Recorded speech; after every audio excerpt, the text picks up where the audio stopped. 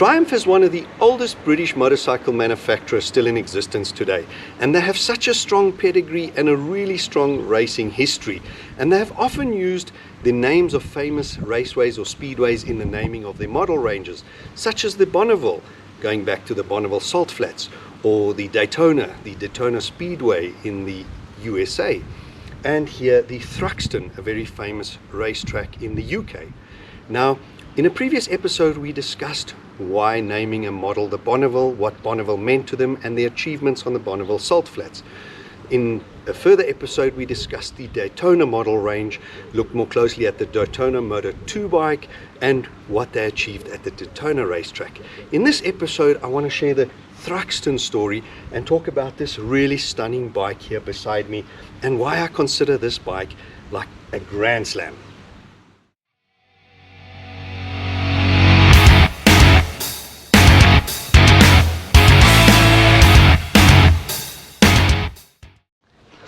Why I refer to this bike in front of me here, this being the Grand Slam. First of all, it is a British made bike, Triumph. Next, it has a model named Thruxton, which is a very famous British racetrack in the UK. And lastly, this color scheme. Not so common. The Thruxton was mainly made in white, red and silver, but this green just harks back and emulates that British racing green. All the Formula One drivers of the early days with British equipment, Van Wall, BRM, Lotus, they all raced that British racing green, and that's why you've got a British made bike with a model name harking back to a British racetrack. It has the R in it, it's the higher spec model, and it has that famous British color. That's why to me this is the prettiest. And lastly, it has the optional track racer fairing in front just to finish it off. It just pops and looks so perfect. But getting back to the real story, where this model started is back in 1965.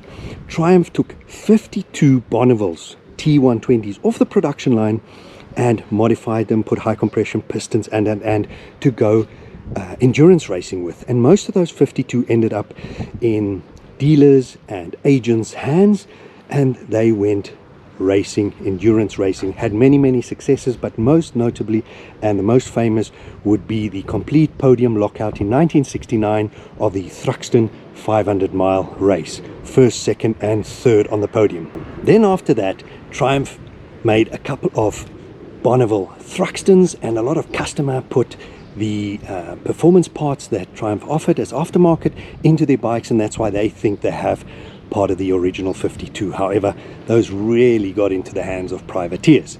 Now, that story of the Triumph Thruxton was then revived in 2004 with the new Triumph company, and it started off as the Triumph Thruxton 900. That was a little bit on the underpowered side, but cafe racer, really cool looking. And then eventually in 2016 they made the Triumph Thruxton and the Thruxton R, and they used the Bonneville 1200 HP motor, the HP standing for high power motor. They have the HT 1200, which is the high torque motor, which is used in the bobber, but this being more of a cafe racer, sportier one, they use the high power motor.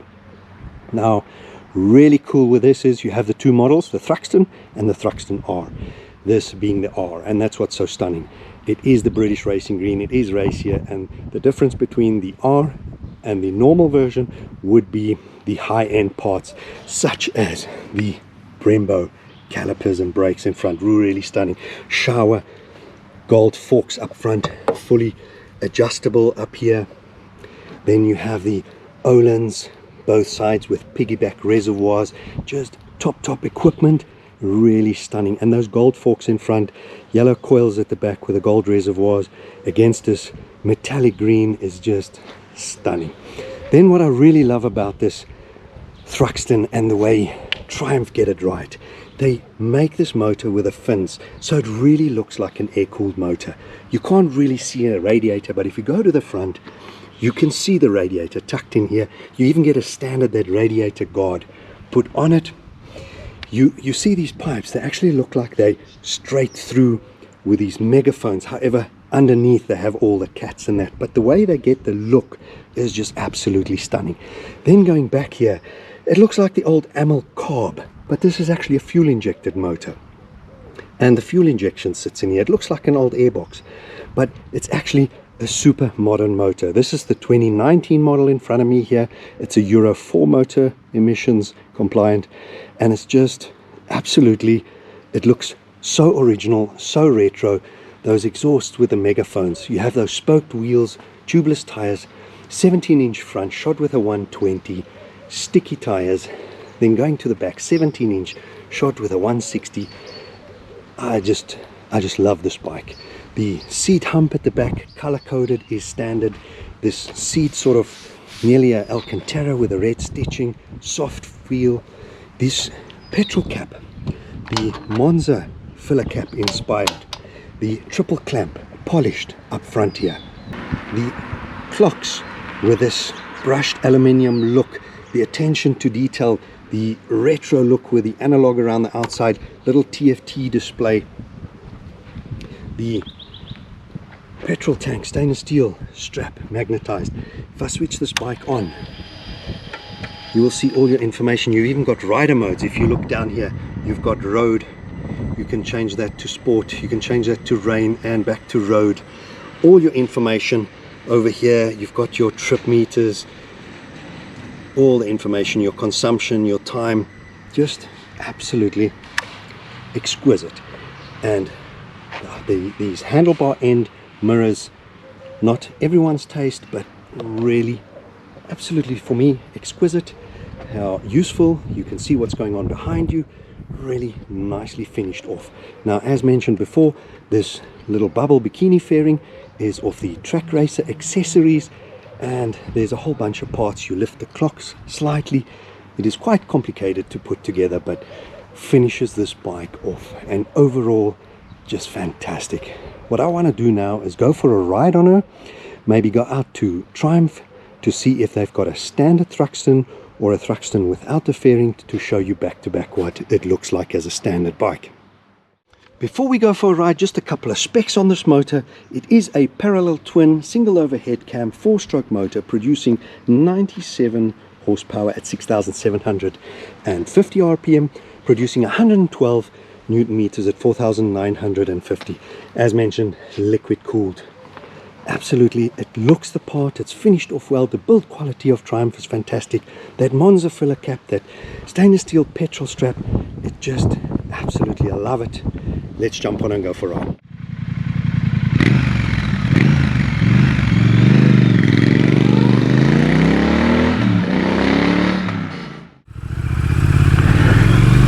One of the first things when starting the bike that I really enjoyed was the sound of these pipes, these megaphones. They look so cool in this brushed stainless steel look, and the sound is really befitting this bike. Deep grumble, really nice. Obviously aftermarket exhaust would be even nicer sound, because I believe loud pipes save lives, but not bad at all for standard pipes. Then the next thing, when you think cafe racer and you see this silhouette of this bike, you think, okay, it's going to be a cafe racer, your lower back takes a bit of strain, but a forearm pump, yeah, you're not going to go for long rides on this, you're not going to go cruising or touring. But then when you sit on it, and with my 6-foot frame, I am extremely comfortable. And I think that is because of these clip-ons are actually on handlebar risers. They're not below the triple clamp at the bottom, they actually come up, so it's high as if you have a bar going through, and they come back, so the distance from the handlebars to the seat is also not stretched out too far. It's really deceiving when you see this bike from the side. It's full on cafe racer look, but sitting on it, extremely comfortable. I'll stop here at the traffic light and show you in more detail. If you look over here, these clip-on handlebars have these risers that come up here, and that gives it the distance from here not too far, really comfortable. I am flat-footed, knees bent both sides, and the foot pegs are actually rear set, so not mid or forward mounted. They're quite far back under your bum, a little bit behind you, but very cafe racer style as it's meant to be. They're not too high, they're quite high, gives you that good feel, but not too high that you get cramps in the knees or thighs. And then you've got this forward posture, but deceiving how comfortable this bike is. From the side-on view, you wouldn't say it's this comfortable. Handling is very sporty, stiffly sprung, which I think is purposeful for a racer sports type feel bike, but you can dial it in a little bit. The seat is also fairly hard. You think it's thick cushion, but it's firm. And that 1200 definitely is a fantastic upgrade on that 900 outgoing model. Look at this, exceeding speed limits in a hurry. Really responsive throttle. It's got these little minimal vibrations from this parallel twin. Smooth otherwise, a little bit of vibrations, but if you look at the mirrors, look at the dash, it's just stunning. The detailing, attention to detail on these clocks.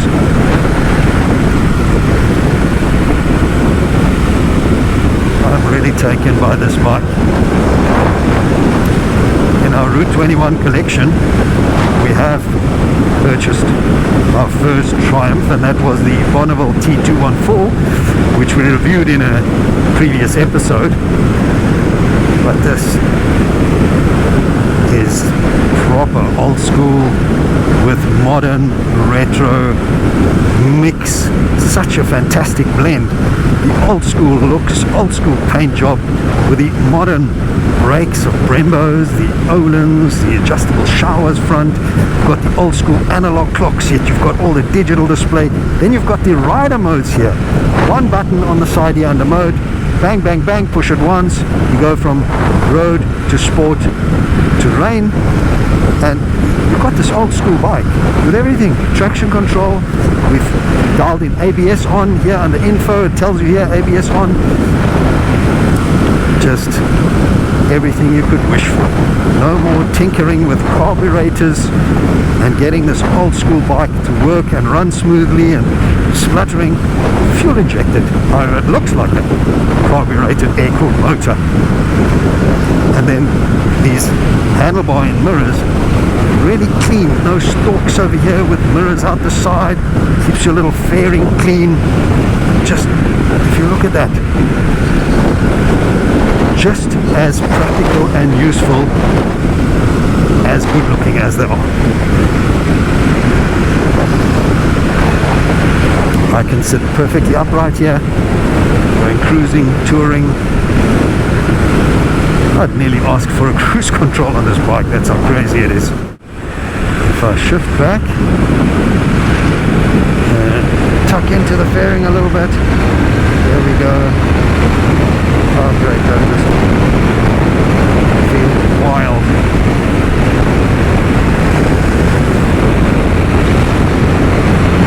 Responsive motor pulling, and yes, I should not be sharing with you the speeds we're doing.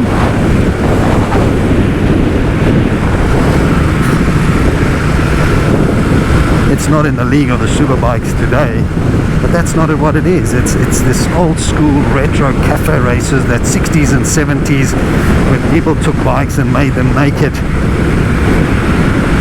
Cafe races, these rebel bikes, and that's what this Thruxton is. As you can see, lane splitting, commuting, no problem on a bike like this. I wouldn't have thought so. I thought it would have been too uncomfortable. Handlebars not wide enough, not sitting upright enough, but absolutely perfect.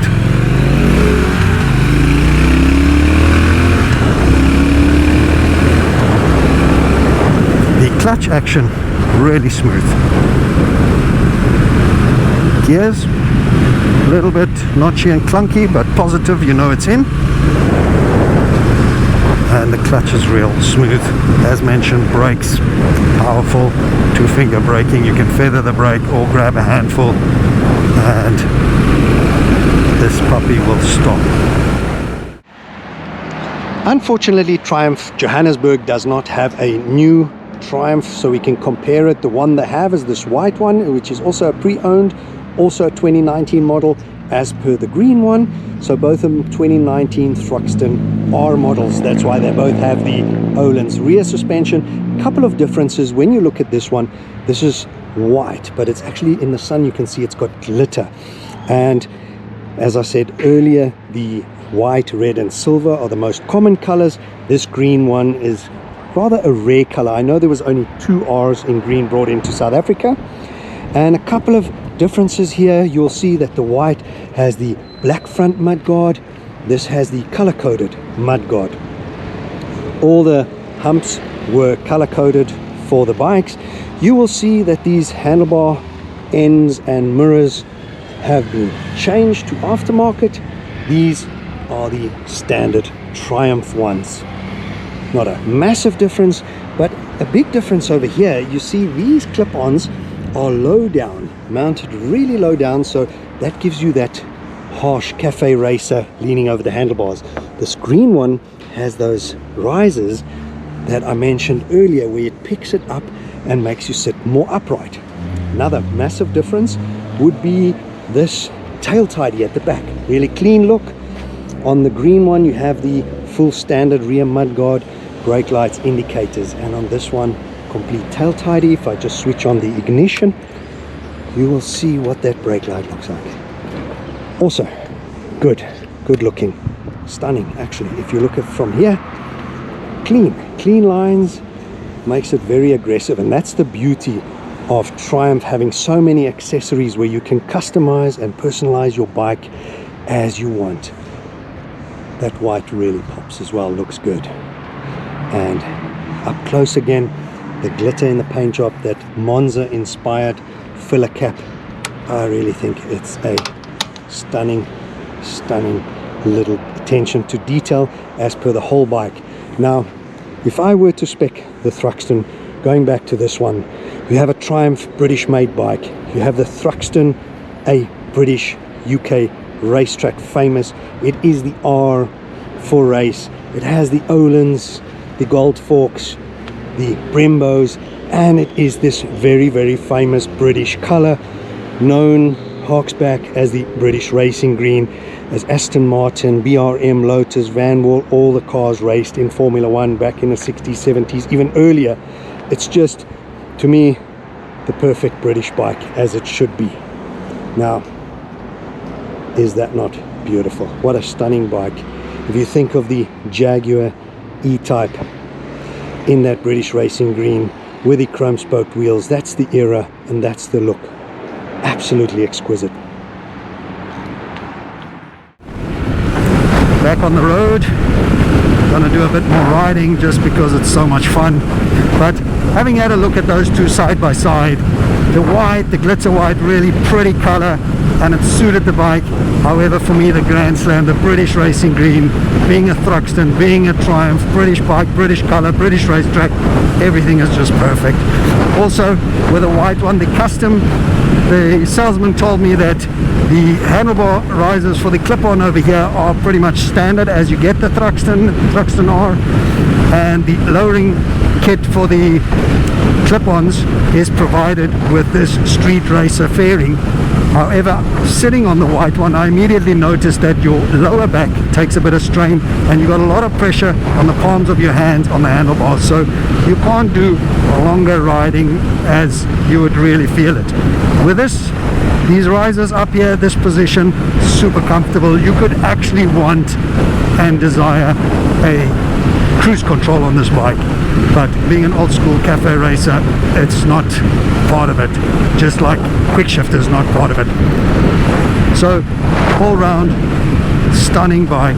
If I were to spec one, it would be exactly like this. It would be an R, not the normal execution. I would put this accessory of the street racer fairing on. I would leave these risers on. Absolutely exquisite, and I must say, an enjoyable experience. If you like the old school stuff, I have in the Route 21 collection. I have a couple of vintage and classics bikes going from the 80s, also from the 60s. I've got 70s. But if you don't like that tinkering of the carburetor and it's spluttering, and when you're revving it, not revving through clean and spluttering, this is the perfect synergy. You have the look of the old school, you have the look of the air-cooled motor, you have the look of the 3-unit with a gearbox looking separate from the motor, carburation, it just looks the part. The old megaphone style exhaust, however, it's plug and play. You just swing your leg over the bike, push the button, she fires up, and off you go. There's no tinkering, all modern technology. You've got your 3-rider modes, you've got your traction control, ABS, everything is there. You've got the top equipment with suspension from Öhlins and Shower and Brembo brakes. It's just fantastic all round. And for me, what amazing kit. It's got the build quality and the feel of a hand-built bike. Also, if you look at that clock, look at that dash in front, see that brushed aluminium look with a Triumph logo in the middle. Look at those dials, retro chrome bezel. That someone said to me, it has that Breitling look about it, and really does. It has that classy Breitling finish style watch, and this bike is just, it has a good sound. It has a little bit of vibration through the handlebars here, but that's just that old school vibration. Cafe racer, the silhouette of a hardcore cafe racer, yet when I sit on it, super comfortable. Look at these rearview mirrors, practical yet clean, out the way, no vibration, solid all round, exquisite piece, sublime. I have no other adjectives for this. And guys, I hope you really enjoyed this episode and the review and the look at the Triumph Thruxton, Thruxton R, the history of it. Please give us a like, a thumbs up, leave some comments, and click that subscribe button to help us grow this channel.